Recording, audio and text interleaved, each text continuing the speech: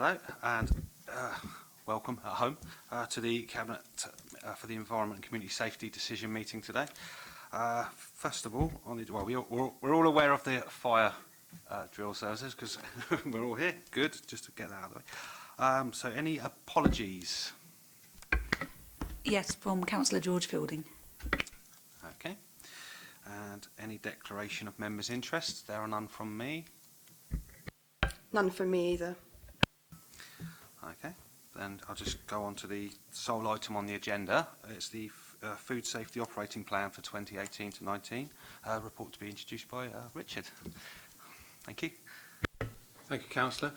This report has been designed to provide some clarity in respect to Portsmouth City Council's Food Safety Plan for 2018-19 by providing a summary of the statutory duties placed upon the City Council and food business operators in Portsmouth, the scope of the food safety service and highlighting the demands made upon it, a profile of the food businesses in Portsmouth, the business priorities that the Council will make in regard to food safety, a summary of the service in terms of food business inspections, a review of the activities identified for the next year, or this year, 18-19, and how food businesses are likely to be regulated in the future. The recommendations are as follows: that the Cabinet Member for the Environment and Community Safety acknowledges the increasing food-related demands placed upon resources as set out in sections 8 and 15 of the report, and the impact of the following changes to the governmental regulatory requirements as set out within section 9. That the Cabinet Member approves the continuation of a risk-based approach to statutory regulation and inspection and enforcement of food businesses as set out in section 10, and approves the 2018-19 Food Operating Plan as attached to the Appendix 1. The reasons for the recommendations are primarily to protect public health and to contribute to the healthy community of Portsmouth by ensuring that food safety, wholesomeness and quality through the education and appropriate intervention of food businesses.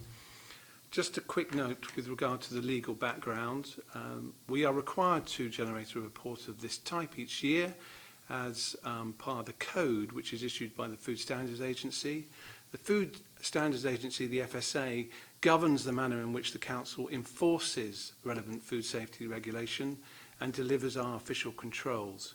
It's mandatory compliance that Portsmouth City Council has very high regard to that code.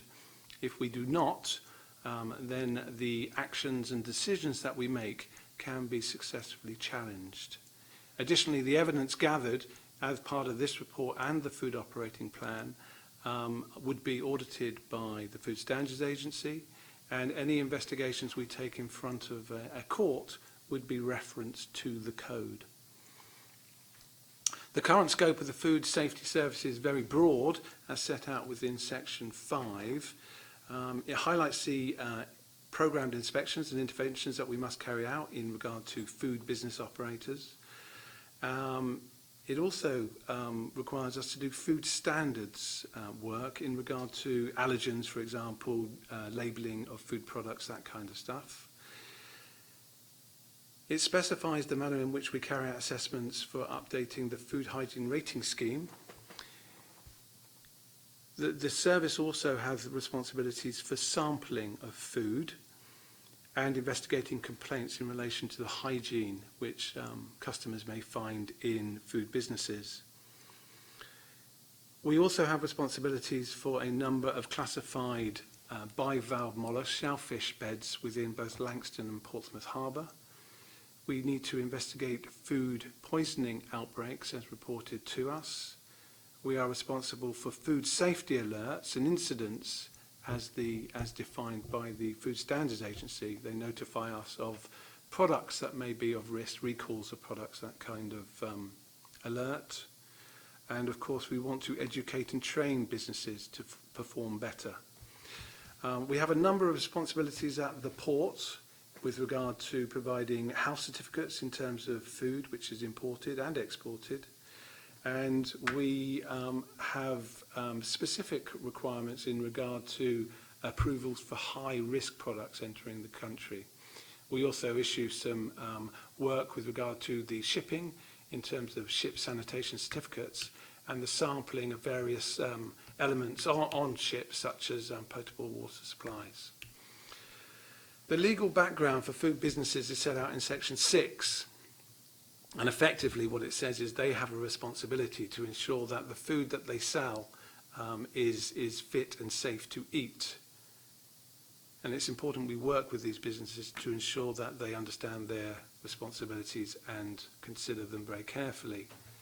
What we do is we have a responsibility under the Food Hygiene Rating Scheme through pre-planned inspection regime to administer the Food Standards Agency's rating system in terms of the quality of the environment in which the food is prepared. And that includes the handling of food, how food is stored and prepared, the cleanliness of the facilities, and how food safety is managed in general. And what the scheme requires us to do is to give businesses a score as a result of our pre-planned inspection. When I say pre-planned, it's pre-planned in regard to how often we visit premises. We do not regularly advise premises that we are visiting at a certain date and certain time. And the score system is from 0, which is an urgent improvement required, to 5, which hygiene standards are very good. The food business profile and compliance is set out within Section 8. The profile of food businesses as of the 1st of April is set out within, excuse me.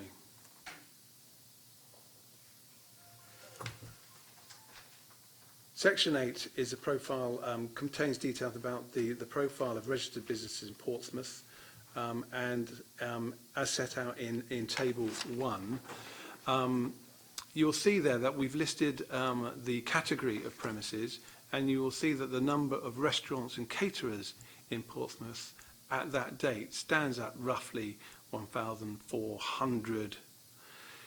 What we have noticed in the last year, there is a significant level of churn in businesses. So businesses that open, for whatever reason, the food business operator changes. That might not be within the same year, but certainly there is a churn of businesses changing hands. And the reason I make reference to that is because in the last year, the churn rate was about 17%.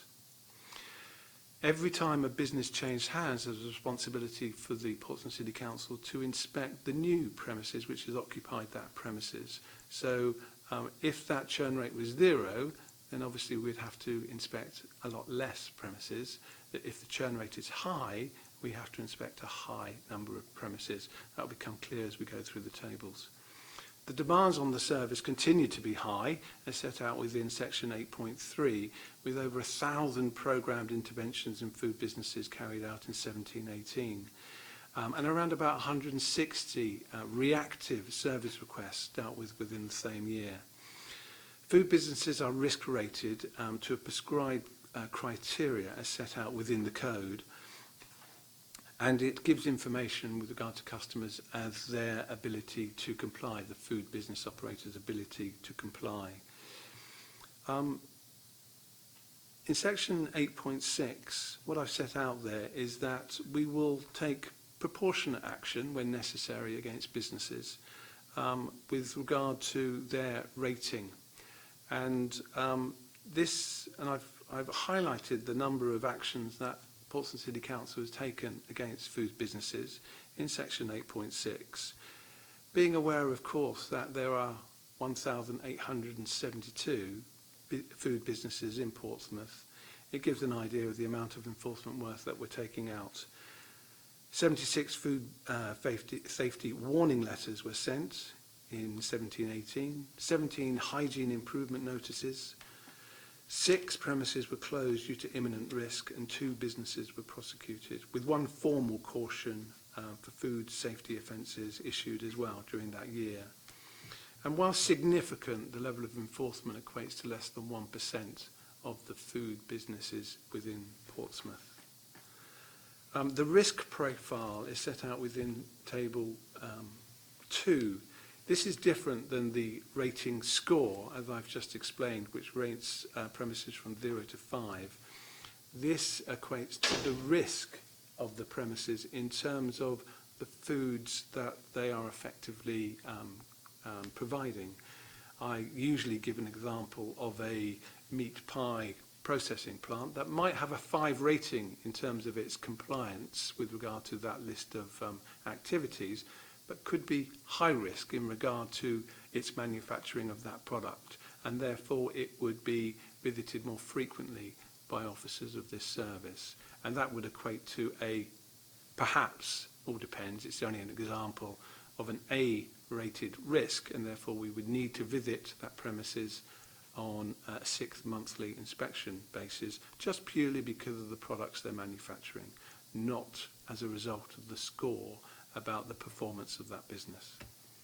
The current food hygiene rating scheme profile is set out within Table 3, and as you can see, the number of very good 5-rated premises is 1,201, and this was at the time that I consulted our database, which was in July of this year. And 95% of food businesses in Portsmouth are rated 3, 4 and 5, and these are considered to be broadly compliant processes. So the total number of broadly compliant processes was food business operators was 95%. Which I would suggest is a good result. You'll see the numbers of zeros with 3 when I consulted the database in July. Table 4 sets out the number of food hygiene interventions that were carried out in 2017-2018. What this effectively shows us is where we've missed an inspection as a result of the prescripted timetable as set by the risk, the score, and the code.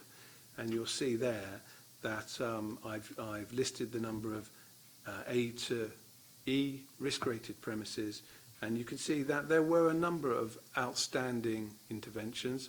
That does not necessarily mean that those interventions did not take place.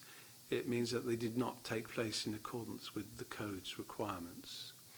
This, however, the number, although it might seem quite high, is the lowest number of outstanding interventions in accordance with that timetable that we've had in 5 years. So again, it's a demonstration of how well the service is delivering its requirements.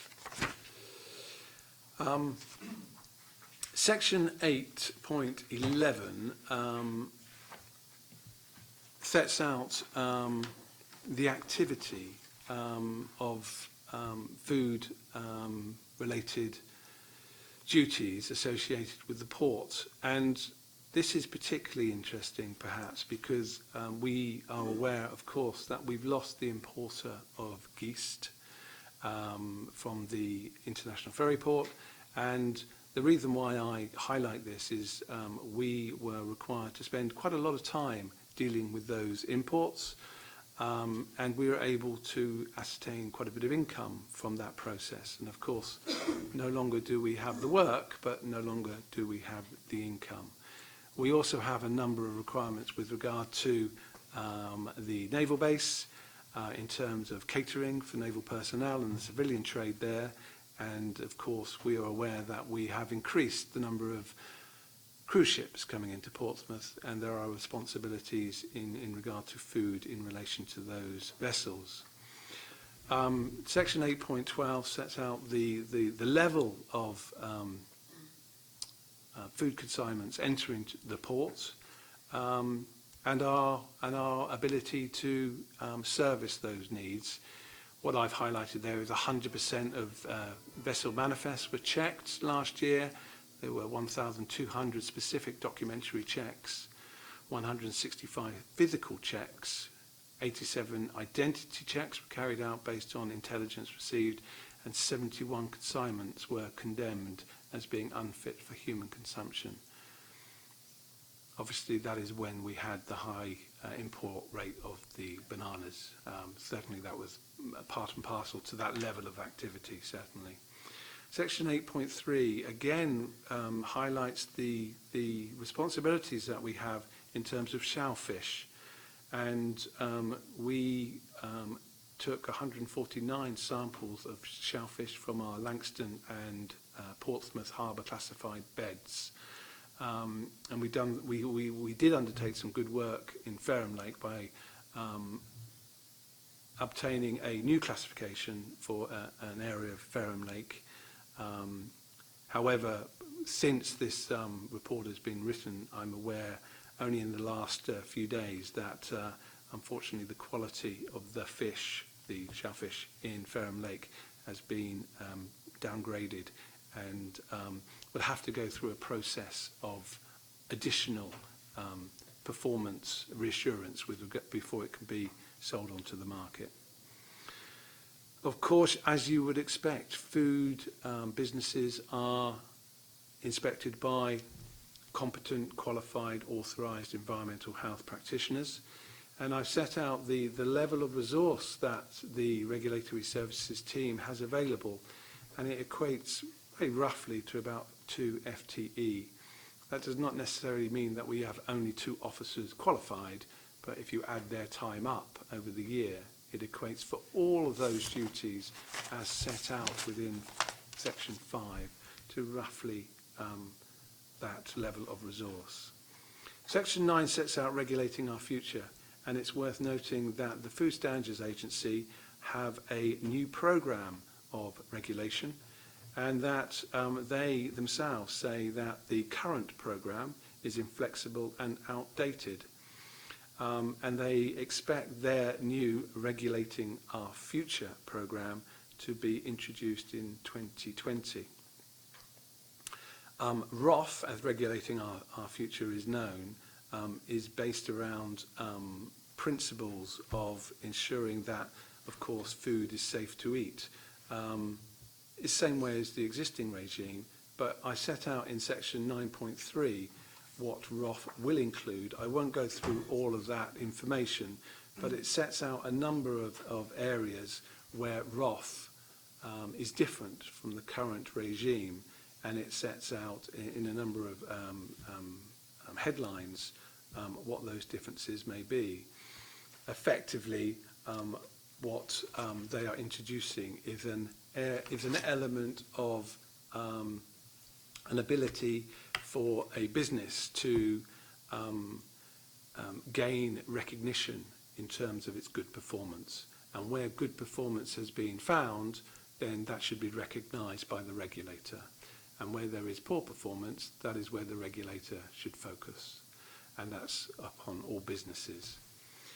It is important to note in section 10 that, of course, there is a contrary view to what the government are doing, and I've made some note of that. I'm not suggesting that is the view of Portsmouth City Council or its officers, but there is a difference of view in some areas within the profession. That's the food environmental health practitioner profession. Section 11 sets out service delivery priorities in 2018, and there's no doubt that one of our highest priorities is to ensure that we target resources where there is a highest risk on public safety. It's important that we take appropriate action against poorly performing businesses, and it's important that we try and focus where the risks, as per the risk rating, are highest. And what we set out with the resources available is to carry out 100% inspection of those premises rated A, B and C. And as a reminder, they are set out within Table 2. Of Category D rated premises, we're aware that we might not meet 100%, so we will focus resources where we possibly can, and where they are category E, the lowest risks, we will endeavour to do this by an alternative enforcement strategy, which may include contact via questionnaires and telephones to determine whether a further intervention is required. We will introduce charging for revisits when requested by food businesses. There is a regime in place regarding when we inspect a premises, and that the FBO may do works to improve their rating after that inspection. However, there is a method of introducing a charge which effectively will pay for the officer to attend. This is not a local scheme, I hasten to add. This is something that the FSA recommends, the Food Standards Agency. Of course, we will track and consider all of the needs of ROF moving forward. That no doubt will develop a little bit further. And of course, we will examine exactly what is required in relation to Brexit and the activities at the port. That is something that we have very high regard to. Of course, I can't predict the future, along with members, no doubt, and the government itself. We're still in a process where we're not quite sure what that will mean, and therefore I've got to have very high regard to the future with regard to food and the impact upon the port. We will continue to do what we can in regard to the shellfish beds and the classification of those beds to ensure that the industry is supported with regard to harvesting those beds in line with the other agencies such as IFCA, who implement the bylaws with regard to the harvesting season. I should mention in section 12 that since the EIA was written, there has been a change and a further EIA submitted. This relates to the impacts, and what I've done, where I sought advice on the impact. We administer these processes in line with the code, as I explained earlier, and therefore it was considered that we support all elements of the community.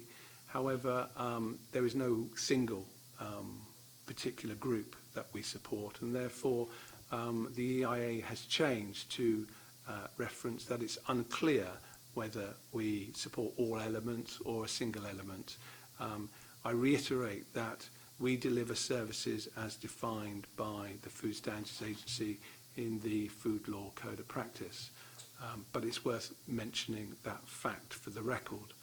In terms of legal implications in section 13,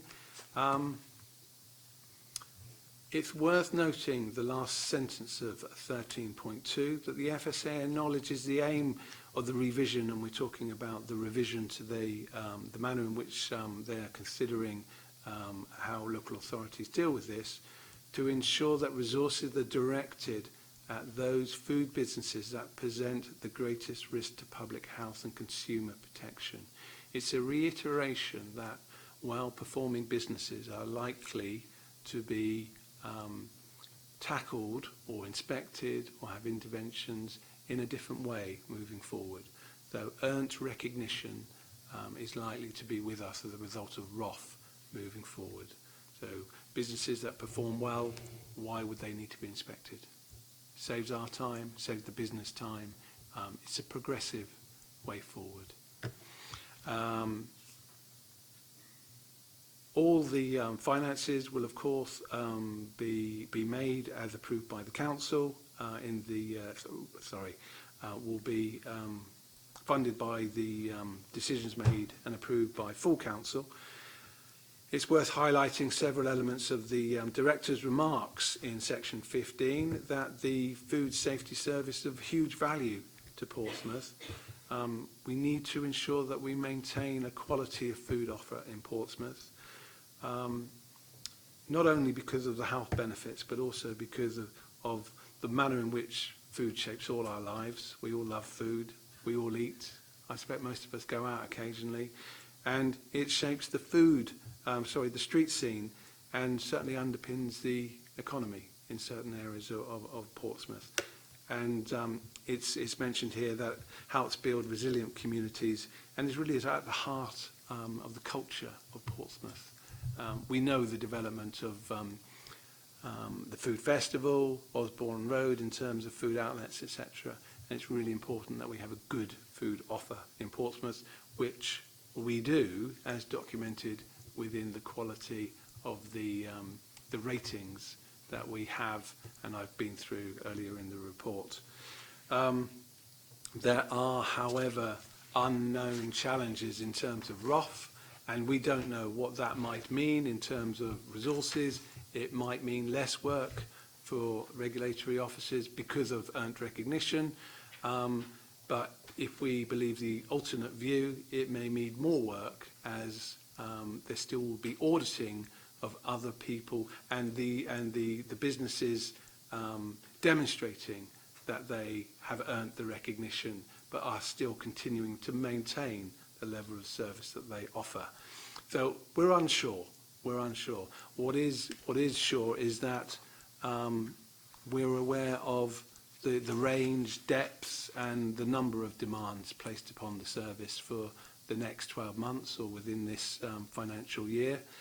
And clearly there are some pressures in regard to the need of the ports moving forward, and of course whether ROF will actually be developed in the way that the government are currently intending. That's why there is a warning with regard to resource. We're confident with the current situation and the priorities as we set out within section 11 that we can maintain that level of service delivery, but it's important that we continue to look at the demand upon food regulation in the city, and that's of course what I'll be doing for the next 6 months until I start writing the next report. Of course, these are the reasons why it's quite a long report. There is additional information as set out within the food operating plan, additional information regarding detail, effectively setting out more financial information and further demands in terms of outbreaks and what sort of concerns there are around food poisoning, primary authority partnerships and that kind of information. But it is for the reasons as I've highlighted that the recommendations are there. But if I can assist the Cabinet Member in any further way, then please don't hesitate to ask. Thank you very much for that very detailed report there, Richard. Just to ask, do you have any questions or comments on that, Councillor? Yeah, just one question, and it's probably just to clear me. Can you say why it wasn't possible to complete all of the due inspections by the end of the year? What was the reasons? Was it just lack of time, or not? Or because it says in here under 8.10, it was not possible to complete all of the due inspections by the end of the year. What were the reasons for that? Primarily the reason was a resourcing staffing level, but obviously we can't react immediately to demands upon the service. And I have, of course, made mention that with the team is larger than 2 FTE, and it's a generic enforcement team, so multi-skilled. And the business support team that have other responsibilities in terms of health and safety, infectious disease, animal welfare, and therefore when officers are required to deliver those areas, and they may take priority, then clearly we're going to fall slightly behind.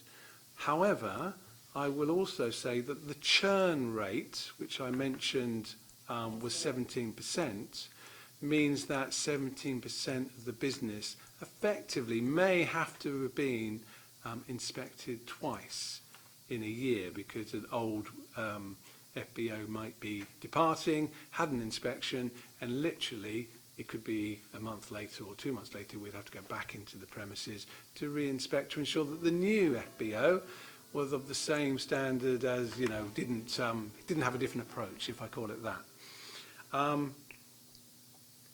The awaiting inspection, if I take you to some more information in Table 2 and Table 4, relates to awaiting inspection and unrated. The figures fluctuate, and what we were aware of in last year was that we were falling behind, and therefore we managed to recruit temporary staff to help us with that position. And as I say, with that additional resource which we took on board within the last 5 months, or 4 or 5 months of last year, we were able to visit the premises that we hadn't visited. And be rest assured that the premises that we were not visiting were the lower risk premises. So exactly really what the government are telling us to do in the future. Low risk premises, we only have to visit them currently every 3 years. If we were slightly behind the 3-year dates, so 3 years and a day, for example, would be a failure to inspect within the timetable. How relevant is that in terms of priority? Other people can decide, but it may mean it's just a small slippage. As I said in the report, it doesn't mean that we didn't inspect, just that we did not manage to inspect within the timetable which was prescribed. But ultimately, it's a matter of we don't know quite what we have in terms of need, because we could visit a very low-risk premises and then expecting to visit that premises only every 3 years. As a result of that inspection, it could turn into a high-rated premises, which would need to be risk premises, which would need to be visited every 6 months. So it's a moving beast, really. And whatever we predict on the first of the year might be significantly different 6-9 months later. And although we're good at planning, you know, we on this occasion, clearly we didn't get it spot on. But the risks to the public were low with regard to falling behind. And I can say with certainty that these premises were inspected, just it's about the timetable. Okay.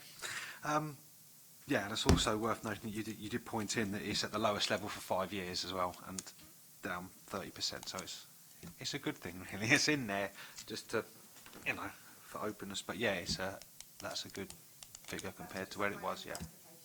Yeah. No, that's excellent. Like I say, very detailed report there, goes into a lot of things. You've got a lot of things to deal with there, and as usual, we've been tireless and put it all on there, so break it down so even I can understand it, which is always good. You've mentioned the challenges that ROF could bring with it, as well as the possibilities on that one. So you highlighted that. We're aware of it, so in a couple of years when that comes in, we're going to be expecting it. The Langston Harbour, you're monitoring that. You're talking about the seabeds on that one, which people have got concerns about. Rightly so recently. So we're on that. People can be reassured with the Langston Harbour thing. One thing I've got to say is on the equality impact assessment. You say one of them was changed to unclear. Is it just all right to ask you what the that it doesn't affect anything on the actual report, but why that's changed to unclear? Just to clarify, really, what that was done for. Sorry. Which version? Have you got both versions or the latest version? If you look at question 4, originally we had ticked the boxes whether the policy service function could promote equality. Food is important to everybody. Everybody eats food. It's a necessity. So we originally took the view that because it affects everybody, then every group would have been positively impacted. However, I say we took advice from the EIA officer within Portsmouth City Council, and because no group was specifically targeted as a result of the policy, then clearly we can't with certain say that there is a positive in terms of any group. Does that make sense? and therefore it's unclear. I think it would be wrong to say no, because all groups would be affected, but are all groups affected in a positive way equally? That's unclear. Thank you. Yeah. So it's just that word there, you know, because the promoting the equality bit, you can't really say the regulating the food thing is promoting equality to all those groups, but they will not be negatively affected, conversely. Okie dokie. All right, thank you very much for that. As I say, very, very good report on that one, very detailed report. Everything seems to be okay on that one. So thank you for your work on that one, Richard. I'm happy to go all the recommendations that are on there. Yep, that's my decision to accept all of those ones after listening to your reports and the questions you've answered there, Richard. Thank you very, very much for that. All right, thank you very much, and close the meeting. Thank you. And thank you to Fiona who turned up there.